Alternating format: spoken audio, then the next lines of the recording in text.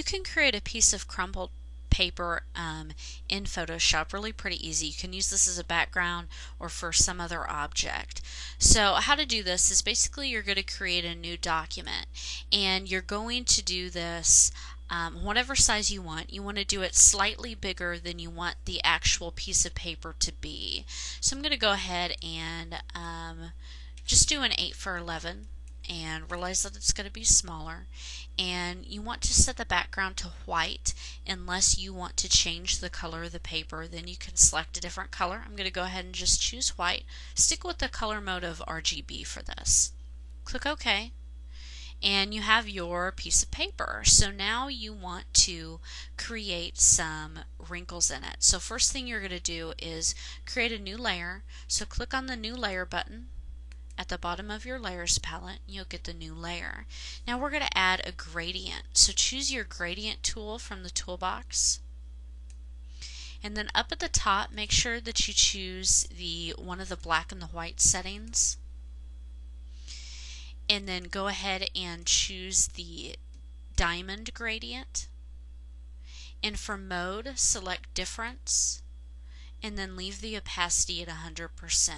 So your gradient's all ready. Now what you're going to do is you're going to just do some random gradients on your piece of paper. You could do as many or as few as you want. The more you do, the more folds or crumples you're going to get in your paper. Keep on going till you feel you've had enough.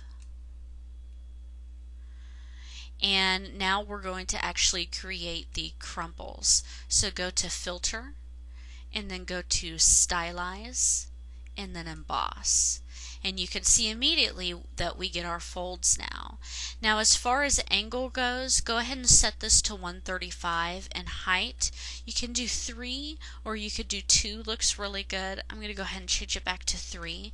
And the amount, you could do 200%, you could do all the way up to 350. I'm going to go with 225 for this one. And then click OK. Now we have our crumpled piece of paper. Now to make this look even more realistic, we're going to make some irregular edges. So how we're going to do this is we're going to select the polygonal lasso tool, and you're going to go and you're going to select basically the shape of a rectangle, but not a perfect rectangle. So we're going to go and create just some different angles, and you can have it be pretty much straight, you can have it really crumpled, whatever look you're going for.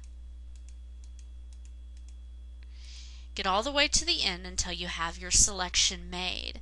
Then at the bottom of the layers palette, we're going to click on the layer mask button, and it's going to go ahead and cut out the part that we didn't have selected. So now we have our crumpled piece of paper.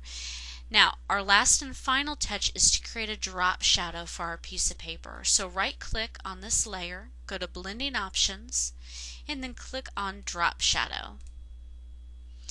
And you could choose, I like to use the multiply blend mode and make the opacity a little bit higher, say 80%.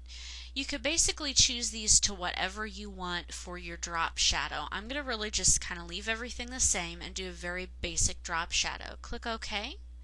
And now you can see your crumpled piece of paper with the shadow and the irregular edges.